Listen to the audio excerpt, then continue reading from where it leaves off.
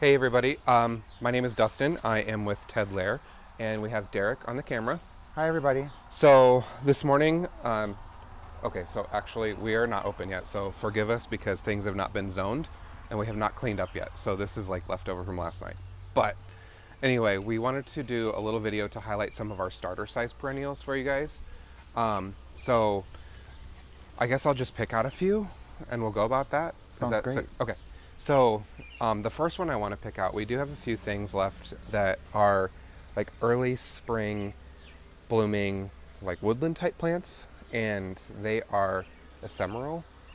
Which, Yes, they are. if you don't know what that means, ephemeral means that it comes up in the early spring, it blooms, has its green leaves for a little bit, and then it kind of goes dormant under the ground for the rest of the season. So, like most people know, like what bleeding hearts do, these kind of do the same thing, right? So now that it's like mid-May, we need a little grace on these guys because they're starting to get tired. Yep, they're tired, they're going to sleep, but they're still amazing plants, and I wanted to highlight them.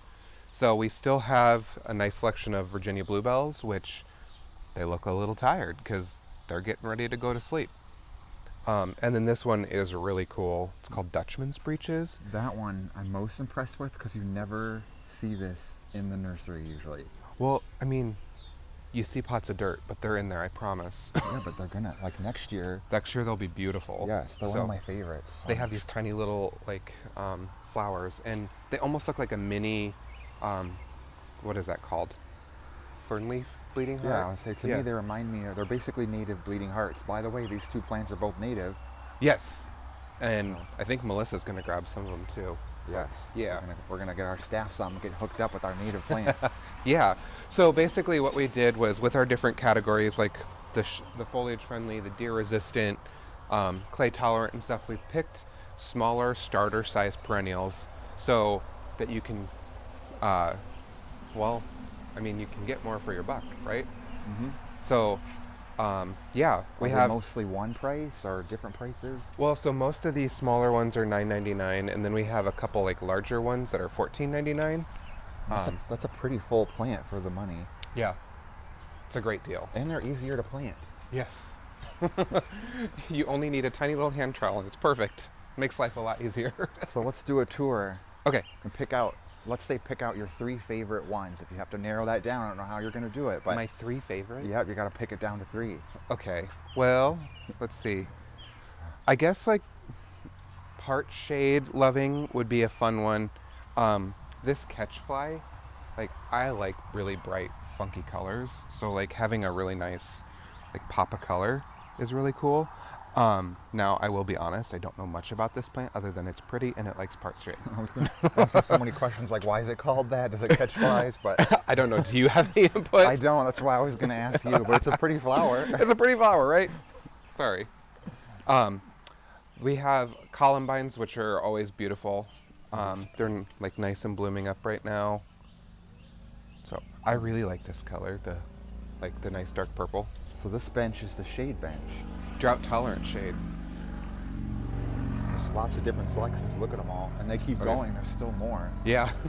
Well, so then we go to drought tolerant sun. So we have like sedums and lamb's ear and some yarrows. This thing is really cool. This spotted hawkweed. It's basically, it's got really pretty yellow flowers, but I love it for its foliage. This like mottled brown, purpley, on green. I don't know. It's beautiful. I love It's it. unique. So that's one of my favorites for the drought tolerant. We do have the pollinator magnets, which Over to this side. okay. Have you seen a yellow buddleia? No, I haven't. That's nice. I bought one to put in my Oh, garden. is that why there's some missing? Yeah, maybe. Oh, what's this? Is this a perennial verbena? Yeah, I perennial didn't even verbena. know there was such a thing. Isn't it cool? It is. And then we do have some lupine starts too, which it's better in my opinion to start with smaller lupines because they're more of a biannual. They're not a true perennial. That's true. So at least you'll get a couple years, and then you kind of let them set seed, and then you have them for a while. So And then we have, for the people who like to do the monarchs, we have the Asclepias, the butterfly weed. These are the butterfly milkweed. So like the orange and the yellow versions. Really cool stuff. And then we have like our deer resistant sun, which will have like some really cool, this is a carpet daisy, so ground cover daisy. We have the globe thistles. I might have to buy one of those. They're really cool. They are cool. So catmints. We even have like some smaller of the Millennium alliums. Super cute pots. I love the flower on that too. It's like a weird, like, I don't know. Oh, I got to go to those alien. Oh, look, some poppies. I know Yeah. some people like poppies. I love poppies. There's the little aliens. Yes. Clay tolerant, so there's that. We have little mini cone flowers.